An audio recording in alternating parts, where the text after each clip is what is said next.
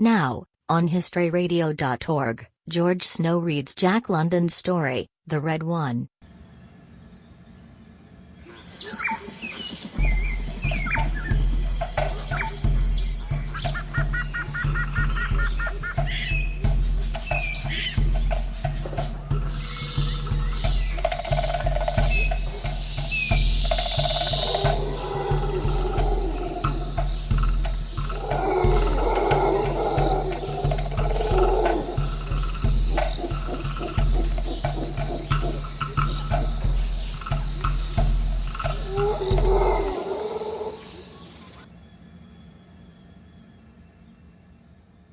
The Red One by Jack London.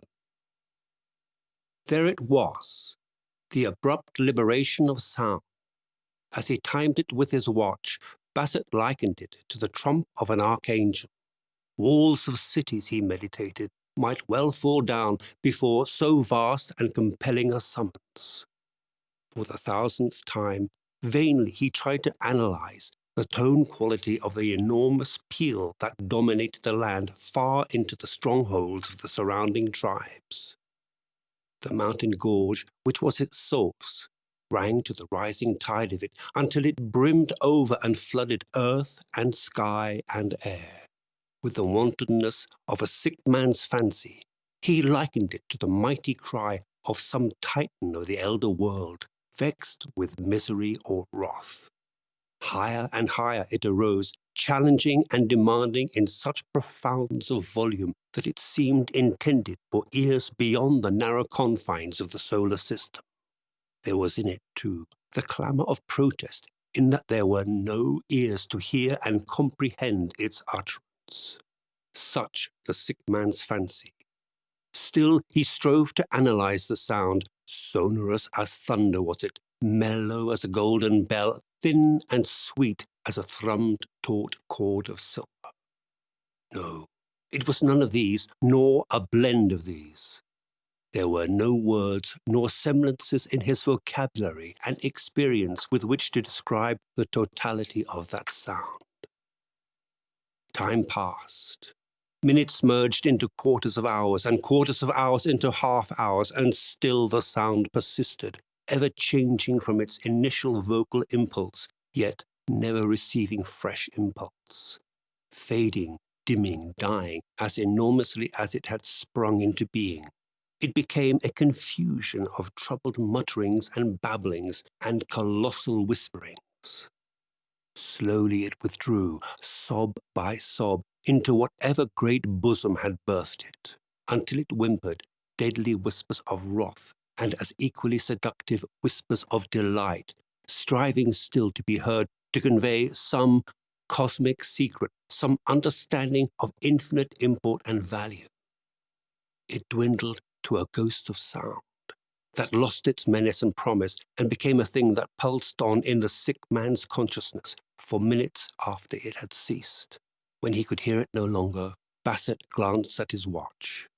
An hour had elapsed ere that archangel's trump had subsided into tonal nothingness. What was it then, this dark tower? Bassett pondered, remembering his Browning and gazing at his skeleton-like and fever-wasted hands. And the fancy made him smile of Childe Roland bearing a slug-horn on his lips with an arm as feeble as his was. Was it months or years, he asked himself, since he first heard that mysterious call on the beach at Ringmanu? To save himself he could not tell. The long sickness had been most long. In conscious count of time, he knew of months, many of them, but he had no way of estimating the long intervals of delirium and stupor. And how fared Captain Bateman of the Blackbird Anari? He wondered. And had Captain Bateman's drunken mate died of delirium tremens yet? From which vain speculations Bassett turned idly to review all that had occurred since that day on the beach at Ringmanu, when he first heard the sound and plunged into the jungle after it. Sagawa had protested. He could see him yet, his queer little monkeyish face, eloquent with fear, his back burdened with specimen cases, in his hands Bassett's butterfly net and naturalist's shotgun, as he quavered in bêche de mer English. Me fella too much fright along bush. Bad fella boy, too much stop 'em along bush. Bassett smiled sadly at the recollection. The little New Hanover boy had been frightened, but proved faithful, following him without hesitancy into the bush in his quest after the source of the wonderful sound. No fire-hollowed tree trunk that, throbbing war through the jungle depths, had been Bassett's conclusion. Erroneous had been his next conclusion, namely, that the source or cause could not be more distant than an hour's walk, and he would easily be back by mid-afternoon to be picked up by the Nari's Railroad. That big fella noise no good, all the same devil, Sagawa had adjudged. And Sagawa had been right, had he not had his head hacked off within the day. Bassett shuddered. Without doubt, Sagawa had been eaten as well by the bad fella boys too much that stopped along the bush. He could see him, as he had seen him, stripped of the shotgun and all the naturalist gear of his master, lying on the narrow trail where he had been decapitated barely the moment before. Yes, within a minute the thing had happened. Within a minute, looking back, Bassett had seen him trudging patiently along under his burden. Then Bassett's own troubles had come upon him. He looked at the cruelly healed stumps on the first and second fingers of his left hand, then rubbed them softly into the indentation in the back of his skull. Quick as had been the flash of the long-handled tomahawk, he had been quick enough to duck away his head and partially to deflect the stroke with his upflung hand. 2 fingers and a hasty scalp wound had been the price he paid for his life. With one barrel of his 10-gauge shotgun, he had blown the life out of the bushman who had so nearly got him. With the other barrel, he had peppered the bushman bending over Sagawa, and had the pleasure of knowing that the major portion of the charge had gone into the one who leaped away with Sagawa's head. Everything had occurred in a flash.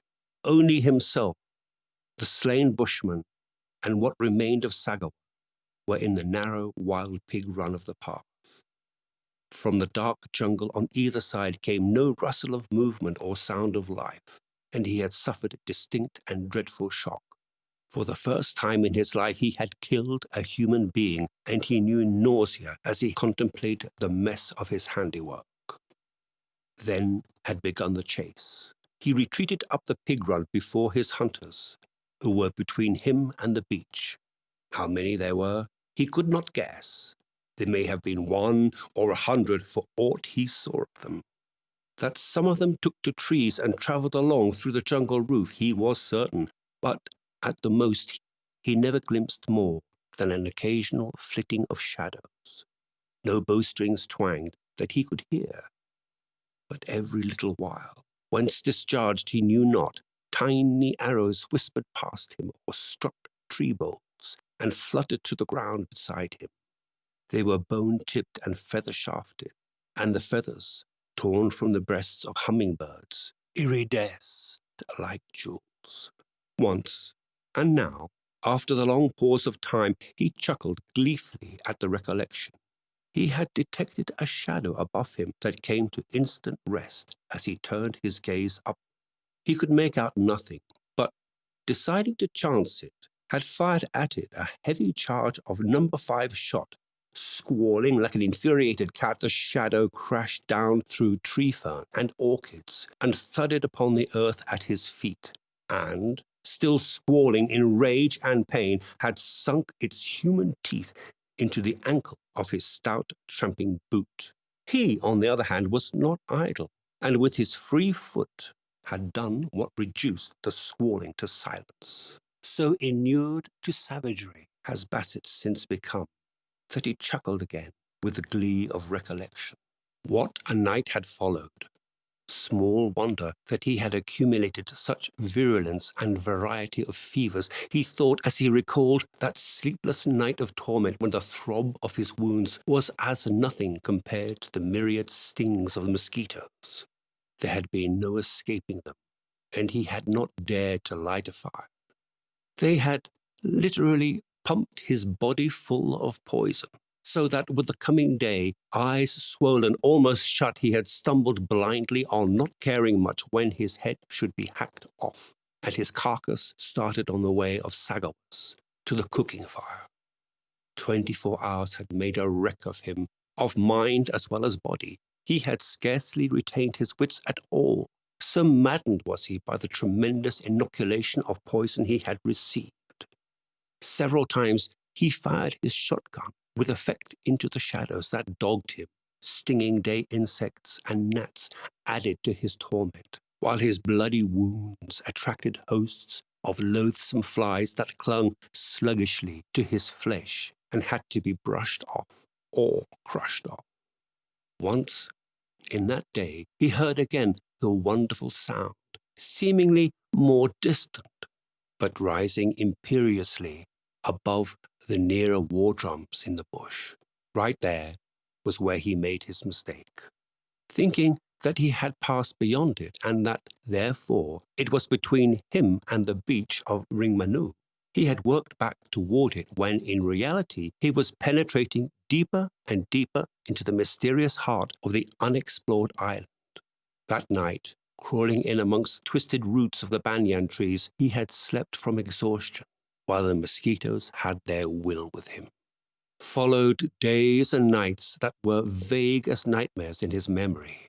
One clear vision he remembered was of suddenly finding himself in the midst of a bush village and watching the old men and children fleeing into the jungle. All had fled but one. From close at hand and above him, a whimpering as of some animal in pain and terror had startled him, and looking up, he had seen her, a girl, or young woman rather, suspended by one arm in the cooking sun. Perhaps for days she had been hung. Her swollen, protruding tongue spoke as much. Still alive, she gazed at him with eyes of terror. Past help, he decided, as he noted the swellings of her legs, which advertised that the joints had been crushed and the great bones broken. He resolved to shoot her. And there the vision terminated. He could not remember whether he had or not, any more than he could remember how he chanced to be in that village, or how he succeeded in getting away from it.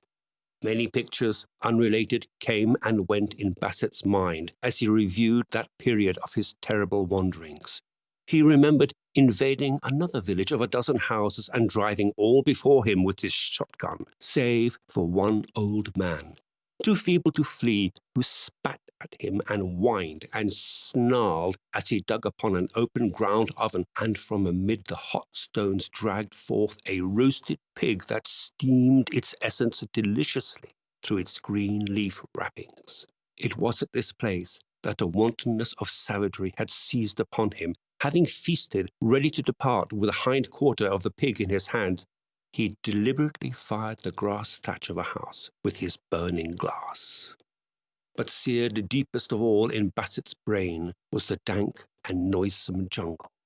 It actually stank with evil, and it was always twilight. Rarely did a shaft of sunlight penetrate its matted roof 100 feet overhead. And beneath that roof was an aerial ooze of vegetation, a monstrous parasitic dripping of decadent life forms that rooted in death and lived on death. And through all this he drifted, ever pursued by the flitting shadow of the anthropophagy, themselves ghosts of evil that dared not face him in battle. But he knew that, soon or later, they would feed on him. Bassett remembered at the time, in lucid moments, he had likened himself to a wounded bull pursued by plains coyotes, too cowardly to battle with him for the meat of him, yet certain of the inevitable end of him when they would be fully gorged.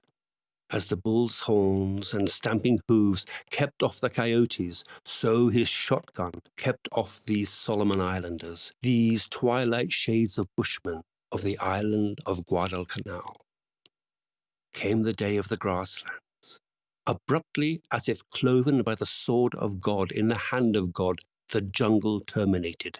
The edge of it, perpendicular and as black as the infamy of it, was 100 feet up and down, and, beginning at the edge of it, grew the grass, sweet, soft, tender pasture grass, that would have delighted the eyes and beasts of any husbandman, and that extended on and on for leagues and leagues of velvet verdure to the backbone of the great island, the towering mountain range flung up by some ancient earth cataclysm, serrated and gullied but not yet erased by the erosive tropic rains. But the grass. He had crawled into it a dozen yards, buried his face in it, smelled it, and broken down in a fit of involuntary weeping. And while he wept, the wonderful sound had pealed forth. If that by peal he had often thought since, an adequate description could be given of the enunciation of so vast a sound melting sweet. Sweet it was as no sound ever heard. Vast it was, of so mighty a resonance that it might have proceeded from some brazen-throated monster. And yet it called to him across the leagues-wide savannah. It was like a benediction to his long-suffering, pain-racked spirit. He remembered how he lay there in the grass, wet-cheeked but no longer sobbing, listening to the sound and wondering that he had been able to hear it on the beach of Ringmanu. Some freak air pressures and air currents, he reflected, had made it possible for the sound to carry so far. Such conditions might not happen again in 1,000 days or 10,000 days, but one day it had happened and had been the day he landed from the Nari for several hours collecting. Especially, he had been in quest of the famed jungle butterfly, a foot across from wingtip to wingtip, as velvet dusky of lack of color as was the gloom of the roof, of such lofty arboreal habits that it resorted only to the jungle roof and could be brought down only by a dose of shot. It was for this purpose that Sagawa had carried the 10-gauge shotgun. 2 days and nights he had spent crawling along the belt of grassland. He had suffered much, but pursuit had ceased at the jungle edge, and he would have died of thirst had not a heavy thunderstorm revived him on the second day. And then had come Balata, in the first shade, where the savannah yielded to the dense mountain jungle. He had collapsed to die. At first, she had squealed with delight at the sight of his helplessness, and was for beating his brain out with a stout forest branch. Perhaps it was his utter helplessness that had appealed to her, and perhaps it was her human curiosity that made her refrain. At any rate, she had refrained, for he opened his eyes again under the impending blow and saw her study him intently. What especially struck her about him were his blue eyes and white skin. Coolly, she had squatted on her hams, spat on his arm, and with her fingertips scrubbed away the dirt of days and nights of muck and jungle that sullied the pristine whiteness of his skin. And everything about her had struck him especially, although there was nothing conventional about her at all. He laughed weakly at the recollection, for she had been as innocent of guile as Eve before the fig-leaf adventure. Squat and lean at the same time, asymmetrically limbed, string-muscled, as if with lengths of cordage, dirt-caked from infancy, save for casual showers, she was as unbeautiful a prototype of woman as he, with a scientist's eye, had ever gazed upon. Her breasts advertised at the one time her maturity and youth, and, if by nothing else, her sex was advertised by the one article of finery with which she was adorned, namely a pig's tail thrust through a hole in her left earlobe. So lately had the tail been severed that its raw end still oozed blood that dried upon her shoulders like so much candle droppings. And her face, a twisted and wizened complex of apish features, perforated by upturned, sky-open Mongolian nostrils, by a mouth that sagged from a huge upper lip and faded precipitately into a retreating chin, by piercing, querulous eyes that blinked as blink the eyes of denizens of monkey cages. Not even the water she brought him in a forest leaf, and the ancient and half-putrid chunk of roast pig could redeem in the slightest the grotesque hideousness of her. When he had eaten weakly for a space, he closed his eyes in order not to see her, although again and again she poked them open to peer into the blue of them. Then had come the sound. Nearer, much nearer, he knew it to be, and he knew equally well, despite the weary way he had come, that it was still many hours distant. The effect of it on her had been startling. She cringed under it with averted face, moaning and chattering with fear. But after it lived its full life of an hour, he closed his eyes and fell asleep, with Balata brushing the flies from him. When he awoke, it was night and she was gone, but he was aware of renewed strength and, by then, too thoroughly inoculated by the mosquito poison to suffer further inflammation. He closed his eyes and slept an unbroken stretch till sunup. A little later, Balata had returned, bringing with her half a dozen women, unbeautiful as they were, but patently not so unbeautiful as she.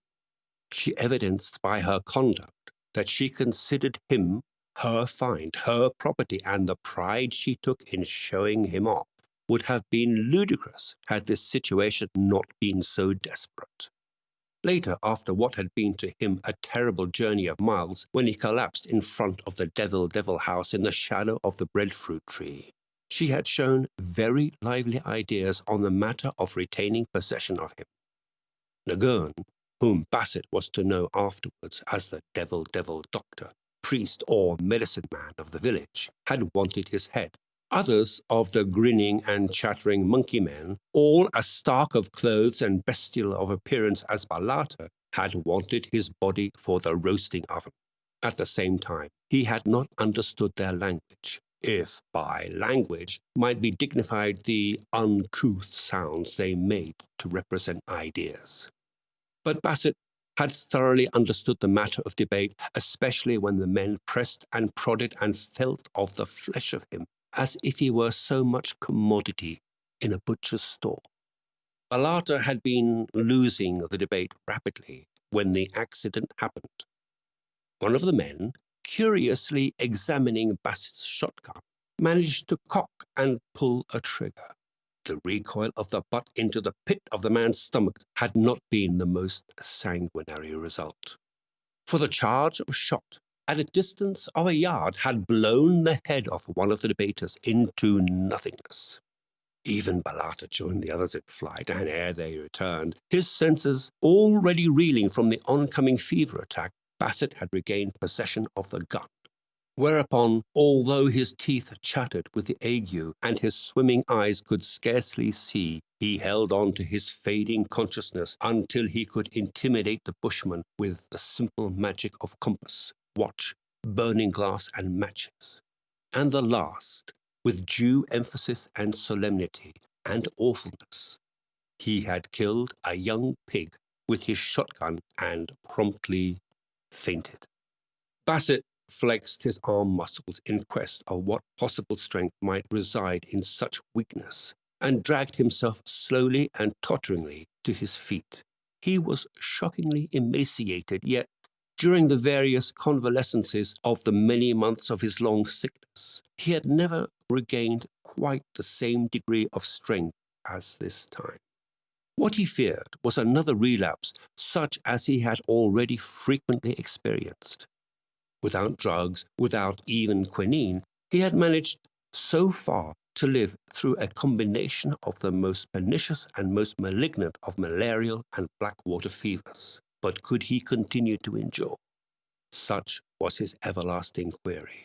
For, like the genuine scientist he was, he could not be content to die until he had solved the secret of the sound. Supported by a staff, he staggered a few steps to the Devil house, where death and Nagurn reigned in gloom. Almost as infamously dark and evil-stinking as the jungle was the Devil's house, in Basset's opinion. Yet therein was usually to be found his favourite crony and gossip, Nagurn, always willing for a yarn or a discussion.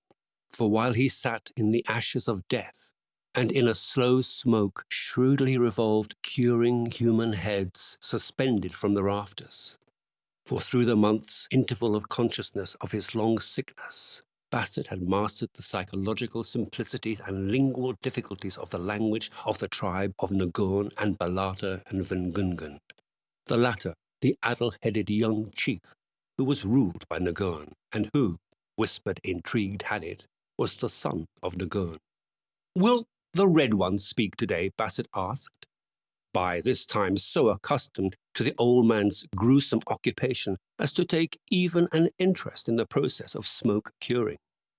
With the eye of an expert, Nagoon examined the particular head he was at work upon. "It will be 10 days before I can finish," he said. "Never has any man fixed heads like these." Basset smiled inwardly at the old fellow's reluctance to talk with him of the Red One. It had always been so. Never by any chance had Nagoon or any other member of the Weir tribe divulged the slightest hint of any physical characteristic of the Red One. Physical the Red One must be, to emit the wonderful sound, and though it was called the Red One, Basset could not be sure that red represented the colour of it. Red enough were the deeds and powers of it, from what abstract clues he had gleaned. Not alone, had Nagoon informed him, was the Red One more bestial powerful than the neighbour tribal gods. Ever athirst for the red blood of living human sacrifices, but the neighbour gods themselves were sacrificed and tormented before him. He was the god of a dozen allied villages, similar to this one, which was the central and commanding village of the Federation. By virtue of the Red One, many alien villages had been devastated and even wiped out, prisoners sacrificed to the Red One. This was true today, and it extended back into old history, carried down by word of mouth through the generations. When he, Nagoon, had been a young man, the tribes beyond the grasslands had made a war raid. In the counter-raid, Nagoon and his fighting folk had made many prisoners. Of children alone, over 50 living had been bled white before the Red One, and many, many more, men and women. The Thunderer was another of Nagoon's names for the mysterious deity. Also at times was he called the Loud Shouter, the God-voiced, the Bird-throated, the one with the throat sweet as the throat of the honey-bird, the Sun-singer, and the Star-born. Why the Star-born? In vain Basset interrogated Nagoon. According to that old devil doctor, the Red One had always been just where he was at present, forever singing and thundering his will over men. But Nagoon's father, wrapped in decaying grass matting and hanging even then over their heads among the smoky rafters of the devil house, had held otherwise. The departed wise one had believed that the Red One came from the starry night. Else why, so his argument had run, had the old and forgotten ones passed his name down as the Star-born? Basset could not but recognize something cogent in such argument. But Nagoon affirmed the long years of his long life, wherein he had gazed upon many starry nights, yet never had he found a star on grassland or in the jungle depth, and he had looked for them. True, he had beheld shooting stars, this in reply to Basset's contention, but likewise had he beheld the phosphorescence of fungoid growths and rotten meat and fireflies on dark nights, and the flames of wood fires and the blazing candle nuts. Yet what were flame and blaze and glow when they had flamed and blazed and glowed? Answer: memories. Memories only of things which had ceased to be, like memories of matings accomplished, or feasts forgotten, of desires that were ghosts of desires, flaring, flaming, burning, yet unrealized in achievement of easement and satisfaction. What was the appetite of yesterday? The roasted flesh of the wild pig the hunter's arrow failed to slay, the maid unwed and dead ere the young men knew her. A memory was not a star, was Nagoon's contention. How could a memory be a star? Further, after all his long life, he still observed the starry night sky unaltered. Never had he noticed the absence of a single star from its accustomed place. Besides, stars were fire, and the Red One was not fire, which last involuntary betrayal told Basset nothing. Will the Red One speak tomorrow? He queried. Nagurn shrugged his shoulders, as who say. And the day after, and the day after that, Bassett persisted. I would like to have the curing of your head. Nagurn changed the subject. It is different from many other head. No devil has a head like it. Besides, I would cure it well. I would take months and months. The moons would come and the moons would go, and the smoke would be very slow. And I should myself gather the materials for the curing smoke. The skin would not wrinkle. It would be smooth as your skin now. He stood up, and from the dim rafters, grimed with the smoking of countless heads, where the day was no more than a gloom, took down a matting-wrapped parcel and began to open it. It's a head like yours, he said, but it is poorly cured. Bassett had pricked up his ears at the suggestion that this was a white man's head, for he had long since come to accept that these jungle dwellers in the midmost center of the great island had never had intercourse with white men. Certainly, he had found them without the almost universal bêche de mer English of the West-South Pacific, nor had they knowledge of tobacco, nor of gunpowder. Their few precious knives made from lengths of hoop iron, and their few and even more precious tomahawks from cheap trade hatchets. He had surmised they had been captured in war from the bushmen of the jungle beyond the grasslands, and that they in turn had similarly gained them from the sailwater men who fringed the coral beaches of the shore and had contact with the occasional white man. The folk in the out beyond do not know how to cure heads, old Nagurn explained, as he drew forth from the filthy matting and placed in Bassett's hands an indubitable white man's head. Ancient it was beyond question. White it was as the blonde hair attested. He could have sworn it belonged to an Englishman, and to an Englishman of long before, by token of the heavy gold circlets still threaded in the withered earlobes. Now, your head, the devil doctor began on his favorite topic. I'll tell you what, Bassett interrupted, struck by a new idea. When I die, I'll let you have my head to cure, if, first, you take me to look upon the Red One. I will have your head anyway when you're dead. Nagurn rejected the proposition. He added, with the brutal frankness of the savage, besides, you have not long to live. You are almost a dead man now. You will grow less strong.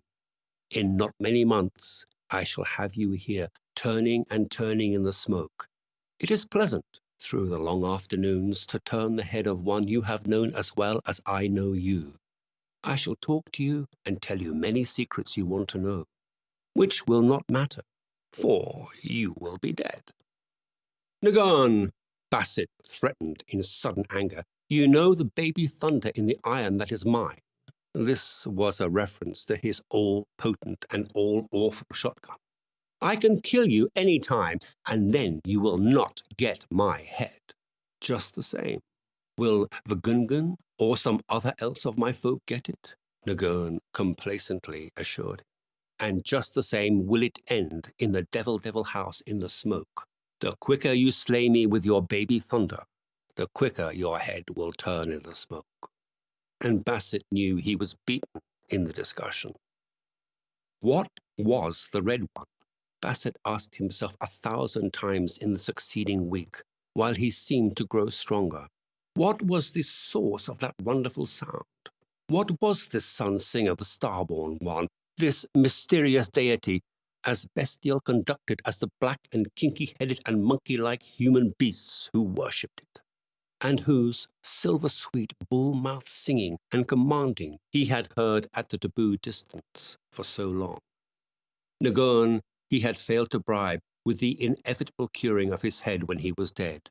The Gungan, imbecile and chief that he was too imbecilic, too much under the sway of Nagurn to be considered. Remained Balata, who, from the time she found him and poked his blue eyes open to recrudescence of her grotesque female hideousness, had continued his adorer. Woman she was, and he had long known that the only way to win from her treason of her tribe was through the woman's heart of her. Bassett was a fastidious man. He never recovered from the initial horror caused by Balata's female awfulness. Back in England, even at best, the charm of woman to him had never been robust. Yet now, resolutely, as only a man can do who is capable of martyring himself for the cause of science, he proceeded to violate all the fineness and delicacy of his nature by making love to the unthinkably disgusting bushwoman. He shuddered, but with averted face hid his grimaces and swallowed his gorge as he put his arm around her dirt-crusted shoulder and felt the contact of her rancid, oily, and kinky hair on his neck and chin. But he nearly screamed when she succumbed to that caress, so at the very first of the courtship, moaned and gibbered and squealed a little, queer, pig-like, gurgly noises of delight. It was too much. And the next he did in the singular courtship was to take her down to the stream and give her a vigorous scrubbing. From then on, he devoted himself to her like a true swain, as frequently and for as long at a time as his will could override his repugnance. But marriage, which she ardently suggested, with due observance of tribal custom, he balked at. Fortunately, taboo rule was strong in the tribe. Thus, Ngern could never touch bone or flesh or hide of crocodile. This had been ordained at his birth. The Gungun was denied even the touch of woman. Such pollution, did it chance to occur, could be purged only by the death of the offending female. It had happened once since Bassett's arrival, when a girl of 9, running at play, stumbled and fell against the sacred chief, and the girl-child was seen no more. In whispers, Balata told Bassett that she had been 3 days and nights in dying before the Red One. As for Balata, the breadfruit was taboo to her, for which Bassett was thankful. The taboo might have been water. For himself, he fabricated a special taboo. Only could he marry, he explained, when the Southern Cross rode highest in the sky. Knowing his astronomy, he thus gained a reprieve of nearly 9 months, and he was confident that within that time he would either be dead or escaped to the coast, with full knowledge of the Red One and of the source of the Red One's wonderful voice. At first, he had fancied the Red One to be some colossal statue, like Memnon, rendered vocal under certain temperature conditions of sunlight. But when, after a war raid, a batch of prisoners was brought in and the sacrifice was made at night in the midst of rain, and when the sun could play no part, the Red One had been more vocal than usual. Bassett discarded that hypothesis. In the company of Balata, sometimes with men and parties of women, the freedom of the jungle was his for 3 quadrants of the compass. But the 4th quadrant, which contained the Red One's abiding place, was taboo. He made more thorough love to Balata, also saw to it that she scrubbed herself more frequently. Eternal female she was, capable of any treason for the sake of love, and though the sight of her was provocative of nausea, and the contact of her provocative of despair, although he could not escape her awfulness in his dream-haunted nightmares of her, he nevertheless was aware of the cosmic verity of sex that animated her and that made her own life of less value than the happiness of her lover, with whom she hoped to mate. Juliet or Balata? Where was the intrinsic difference? The soft and tender product of ultra-civilization, or her bestial prototype of 100,000 years before her? There was no difference. Bassett was a scientist first, a humanist afterward. In the jungle heart of Guadalcanal, he put the affair to the test, as in the laboratory he would have to put to the test any chemical reaction. He increased his feigned ardor for the bushwoman, at the same time increased the imperiousness of his will of desire over her to be led to look upon the Red One face to face. It was the old story. He recognized that the woman must pay, and it occurred when the two of them one day were catching the unclassified and unnamed little black fish, an inch long, half eel and half scaled, rotund with salmon golden roe, that frequented the fresh water, and that were esteemed, raw and whole, fresh or putrid, a perfect delicacy. Prone in the muck of the decaying jungle floor, Balata threw herself, clutching his ankles with her hands, kissing his feet, and making slubbery noises that chilled his backbone up and down. She begged him to kill her rather than exact this ultimate love payment. She told him of the penalty of breaking the taboo of the Red One, a week of torture, the details of which she yammered out from her face in the mire until he realized that he was yet a tyro in knowledge of the frightfulness the human was capable of wreaking on the human. Yet did Bassett insist on having his man's will satisfied at the woman's risk, that he might solve the mystery of the Red One's singing, though she should die long and horribly and screaming.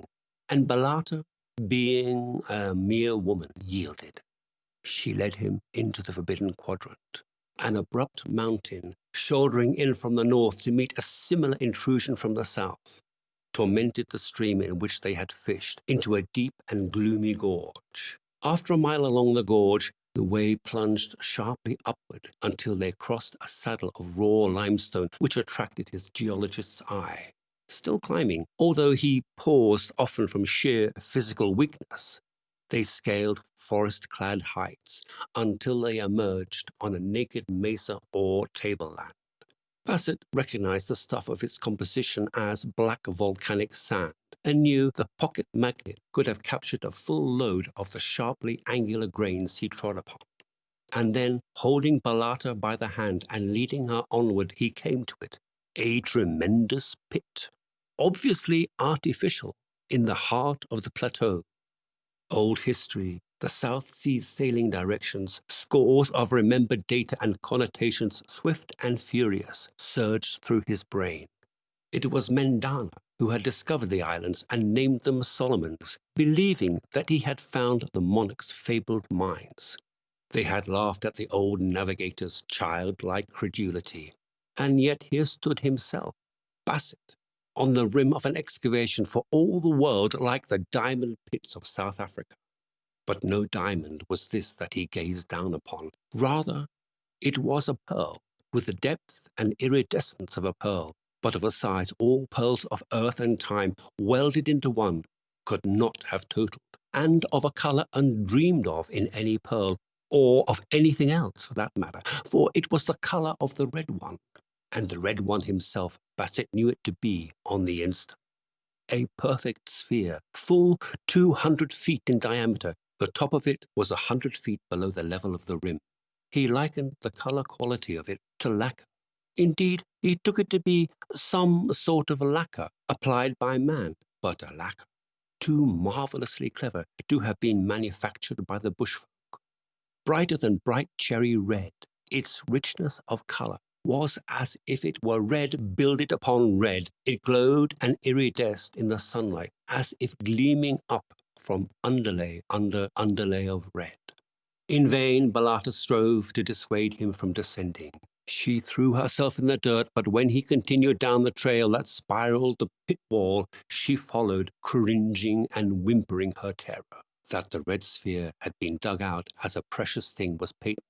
Considering the paucity of members of the federated 12 villages and their primitive tools and methods, Bassett knew that the toil of a myriad generations could scarcely have made that enormous excavation. He found the pit bottom carpeted with human bones, among which, battered and defaced, lay village gods of wood and stone. Some, covered with obscene totemic figures and designs, were carved from solid tree trunks 40 or 50 feet in length. He noted the absence of the shark and turtle gods, so common among the shore villages, and was amazed at the constant recurrence of the helmet motif. What did these jungle savages of the dark heart of Guadalcanal know of helmets? Had Mendana's men-at-arms worn helmets and penetrated here centuries before? And if not, then whence had the bushfolk caught this motif? Advancing over the litter of gods and bones, Balata whimpered at his heels. Bassett entered the shadow of the Red One and passed on under its gigantic overhang until he touched it with his fingertips. No lack of that. Nor was the surface smooth as it should have been in the case of lacquer. On the contrary, it was corrugated and pitted, with here and there patches that showed signs of heat and fusing. Also, the substance of it was metal, though unlike any metal or combination of metals he had ever known. As for the color itself, he decided it had to be no application. It was the intrinsic color of the metal itself. He moved his fingertips, which up to then had merely rested along the surface, and felt the whole gigantic sphere quicken and live and respond. It was incredible, so light a touch on so vast a mass, yet did it quiver under the fingertip caress in rhythmic vibrations that became whisperings and rustlings and mutterings of sound, but of sound so different, so elusively thin, that it was shimmeringly sibilant, so mellow that it was maddening sweet, piping like an elfin horn, which was just what Bassett decided would be like a pearl from some bell of the gods reaching earthward from across space. He looked at Balata with swift questioning, but the voice of the Red One he had evoked had flung her face downward and moaning among the bones. He returned to contemplation of the prodigy. Hollow it was, and no metal known on earth, was his conclusion. It was right named by the ones of old time as star-born. Only from the stars could it have come, and no thing of chance was it. It was a creation of artifice and mind. Such perfection of form, such hollowness that it certainly possessed, could not be the result of mere fortuitousness. A child of intelligence, remote and unguessable, working corporally in metals, it indubitably was. He stared at it in amazement, his brain a racing wildfire of hypotheses to account for the far journeyer who had adventured the night of space, threaded the stars, and now rose before him and above him, exhumed by patient anthropophagy, pitted and lacquered by its fiery bath in 2 atmospheres. But was the color a lacquer of heat upon some familiar metal? Or was it an intrinsic quality of the metal itself? He thrust in the blue point of his pocket knife to test the constitution of the stuff. Instantly, the entire sphere burst into a mighty whispering, sharp with protest, almost twanging, goldenly, if a whisper could possibly be considered to twang. Rising higher, sinking deeper, the 2 extremes of the registry of sound threatening to complete the circle and coalesce into the bull-mouthed thundering he had so often heard beyond the taboo distance. Forgetful of safety, of his own life itself, entranced by the wonder of the unthinkable and unguessable thing, he raised his knife to strike heavily from a long stroke, but was prevented by Balata. She upreared on her own knees in an agony of terror, clasping his knees and supplicating him to desist. In the intensity of her desire to impress him, she put her forearm between her teeth and sank them to the bone. He scarcely observed her act, although he yielded automatically to his gentler instincts and withheld the knife back. To him, human life had dwarfed to microscopic proportions before this colossal portent of higher life from within the distances of the sidereal universe. As had she been a dog, he kicked the ugly little bushwoman to her feet and compelled her to start with him on the encirclement of the base. Partway around, he encountered horrors. Even among the others did he recognize the sun-shriveled remnant of the 9-year girl who had accidentally broken Chief Gungun's personality taboo. And among what was left of these that had passed, he encountered what was left of one who had not yet passed. Truly, had the bushfolk named themselves into the name of the Red One, seeing in him their own image, which they strove to placate and please with such red offerings. Further around, always treading the bones and images of humans and gods that constituted the floor of this ancient charnel house of sacrifice, he came upon the device by which the Red One was made to send his call, singing thunderingly across the jungle belts and grasslands to the far beach of Ring Manu. Simple and primitive was it as was the Red One's consummate artifice. A great king post, 100 feet in length, seasoned by centuries of superstitious care, carven into dynasties of gods, each superimposed, each helmeted, each seated in the open mouth of a crocodile, was slung by ropes twisted of climbing vegetable parasites from the apex of a tripod of 3 great forested trunks, themselves carved into grinning and grotesque adumbrations of man's modern concepts of art and God. From the striker king post were suspended ropes of climbers to which men could apply their strength and direction like a battering ram. This king post could be driven end onward against the mighty red iridescent fear. Here was where Nagurn officiated and functioned religiously for himself and the 12 tribes under him. Basset laughed aloud, almost with madness, at the thought of this wonderful messenger, winged with intelligence across space, to fall into the bushman's stronghold and be worshipped by ape-like, man-eating and head-hunting savages. It was as if God's world had fallen into the muck mire of the abyss underlying the bottom of hell.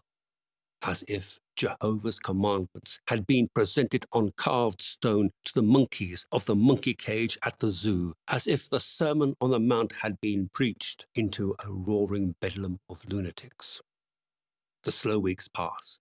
The nights by election Basset spent on the ashen floor of the Devil House, beneath the ever-swinging, slow-curing heads.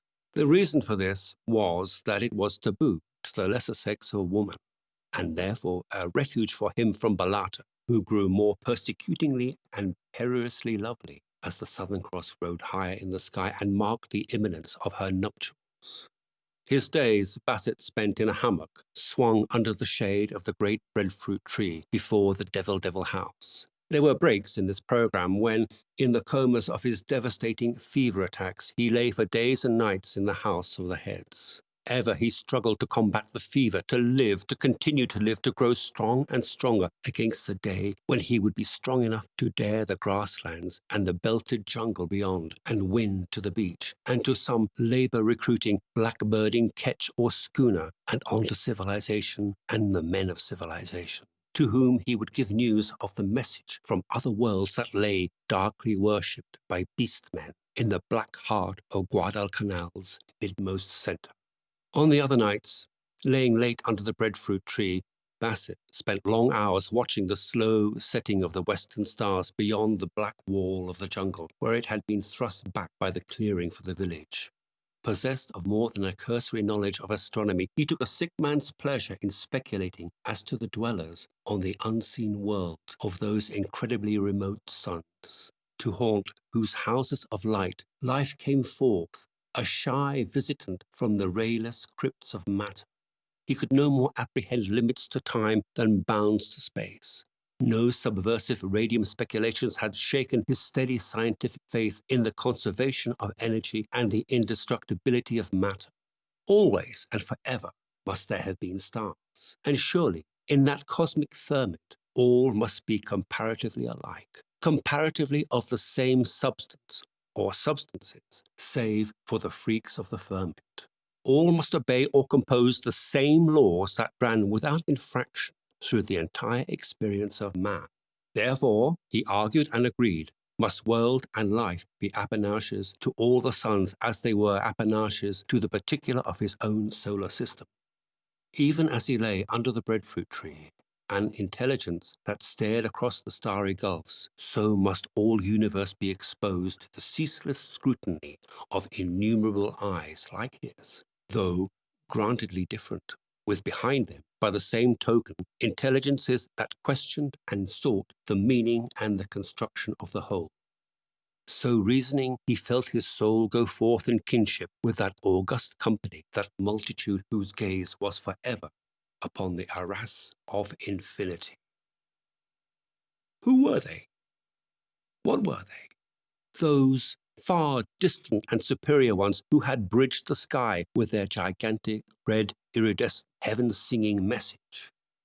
Surely, and long since, they too trod the path on which man had so recently, by the calendar of the cosmos, set his feet. And to be able to send a message across the pit of space, surely had they reached those heights to which man, in tears and travail and bloody sweat, in darkness and confusion of many counsels, was so slowly struggling. And what were they on their heights? Had they won brotherhood? Or had they learned that the law of love imposed the penalty of weakness and decay? Was strife life? Was the rule of all the universe the pitiless rule of natural selection? And, most immediately and poignantly, were their far conclusions, their long-won wisdoms, shut even then in the huge metallic heart of the Red One, waiting for the first Earthman to read. Of one thing he was certain: no drop of red dew shaken from the lion mane of some sun in torment was the sounding sphere. It was of design, not chance, and it contained the speech and wisdom of the stars. What engines and elements and mastered forces, what law and mysteries and destiny controls might be there? Undoubtedly, since so much could be enclosed in so little a thing as the foundation stone of a public building, this enormous sphere should contain vast histories, profounds of research achieved beyond man's wildest guesses, laws and formulae that, easily mastered, would make man's life on earth, individual and collective, spring up from its present wire to inconceivable heights of purity and power. It was time's greatest gift to blindfold insatiable and sky-aspiring man. And to him, Bassett, had been vouchsafed the lordly fortune to be the first to receive this message from man's interstellar kin. No white man, much less no outland man of the other bush tribes, had gazed upon the Red One and lived. Such the law expounded by Nagurn to Bassett. There was such a thing as blood brotherhood. Bassett, in return, had often argued in the past, but Nagurn had stated solemnly, no. Even the blood brotherhood was outside the favor of the Red One. Only a man born within the tribe could look upon the Red One and live. But now his guilty secret known only to Balata, whose fears of immolation before the Red One fast sealed her lips, the situation was different. What he had to do was to recover from the abominable fevers that weakened him and gain to civilization. Then he would lead an expedition back, and although the entire population of Guadalcanal be destroyed, extract from the heart of the Red One the message of the world from other worlds. But Bassett's relapses grew more frequent, his brief convalescences less and less vigorous, his periods of coma longer, until he came to know, beyond the last promptings of the optimism inherent in so tremendous a constitution as his own, that he would never live to cross the grasslands, perforate the perilous coast jungle, and reach the sea.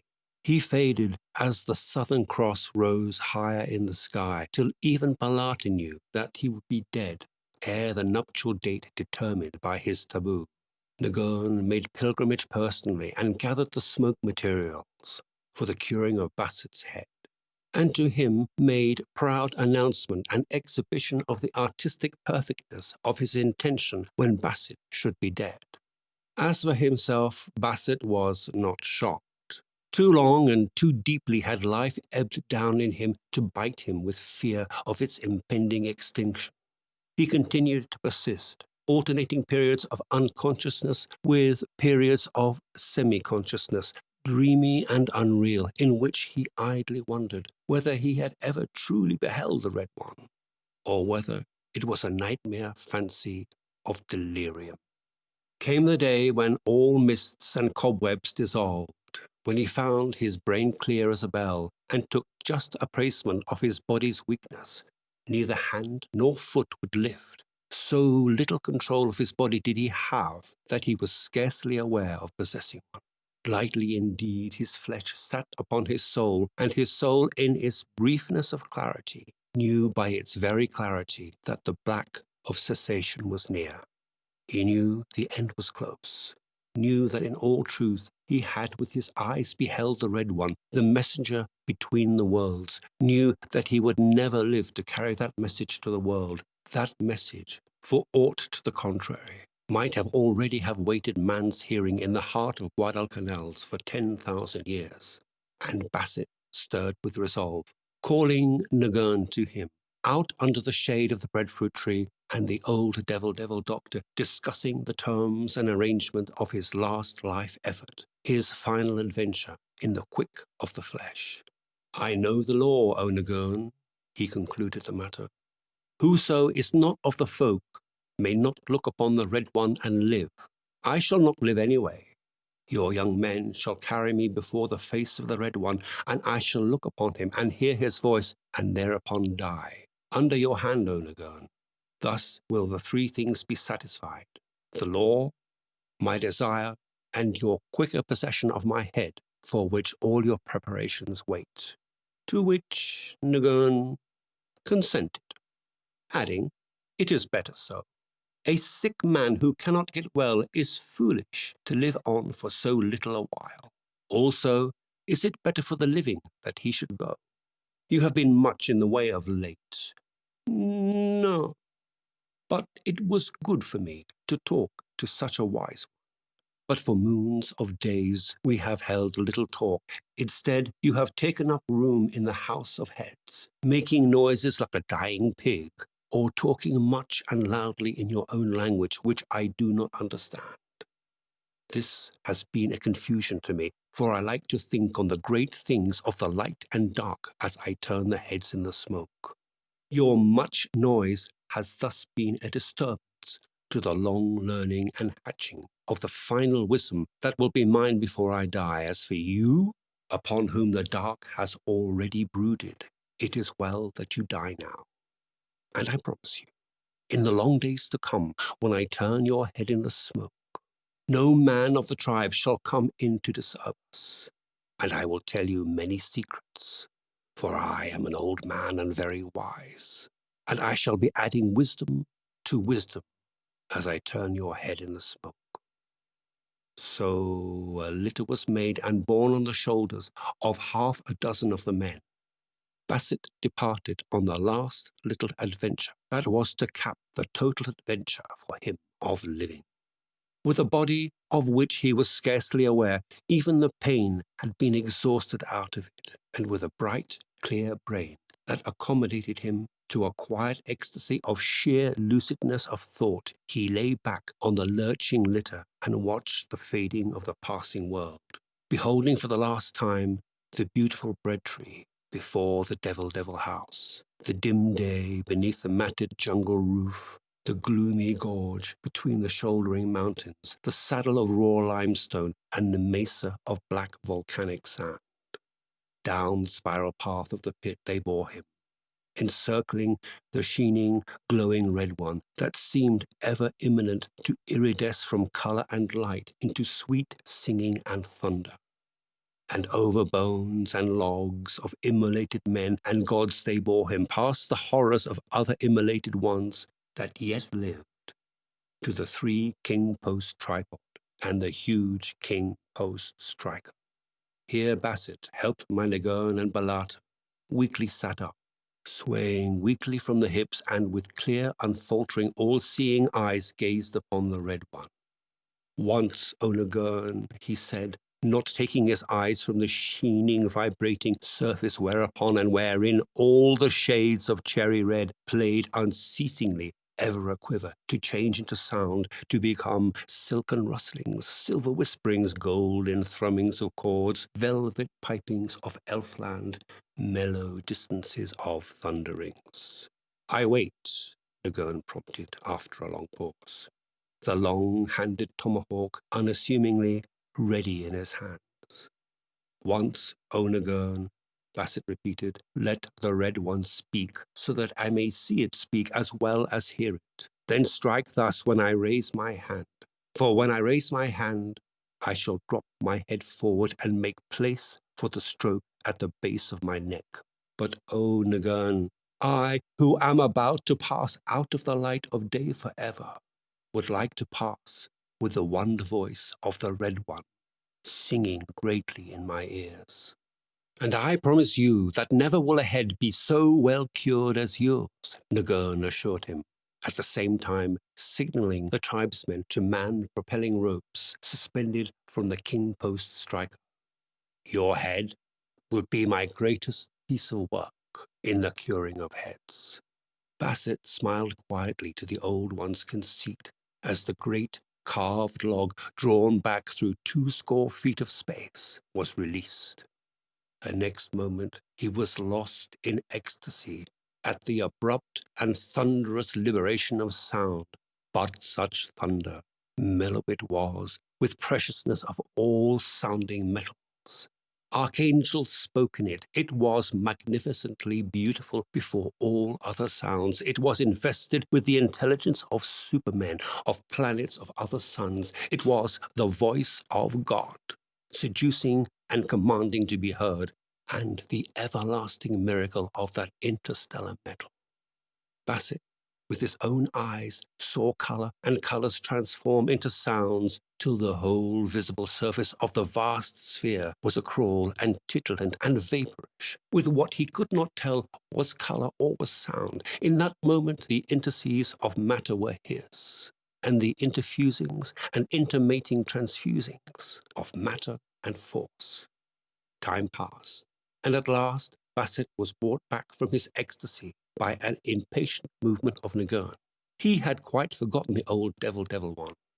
A quick flash of fantasy brought a husky chuckle into Bassett's throat. His shotgun lay beside him in the litter. All he had to do, muzzle to head, was to press the trigger and blow his head into nothingness. But why cheat him, was Bassett's next thought. Head-hunting cannibal beast of a human that was as much ape as human. Nevertheless, old Nagurn had, according to his lights, played squarer than square. Nagurn was in himself a forerunner of ethics and contract, of consideration and gentleness in man. No, Bassett decided, it would be a ghastly pity and an act of dishonor to cheat the old fellow at the last. His head was Nagurn's, and Nagurn's head to cure it would be.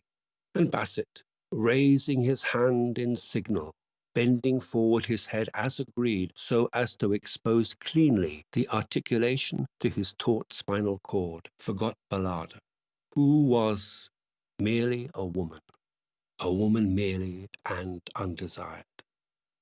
He knew without seeing when the razor-edged hatchet rose in the air behind him, and for that instant, ere the end, there fell upon Bassett the shadows of the unknown, a sense of impending marvel, of the rending of walls before the imaginable. Almost, when he knew the blow had started, and just ere the edge of steel bit the flesh and nerves, it seemed that he gazed upon the serene face of the Medusa, truth, and simultaneously, with the bite of the steel, on the onrush of the dark, in the flashing instant of fancy, he saw the vision of his head, turning slowly, always turning, in the devil house, beside the breadfruit tree.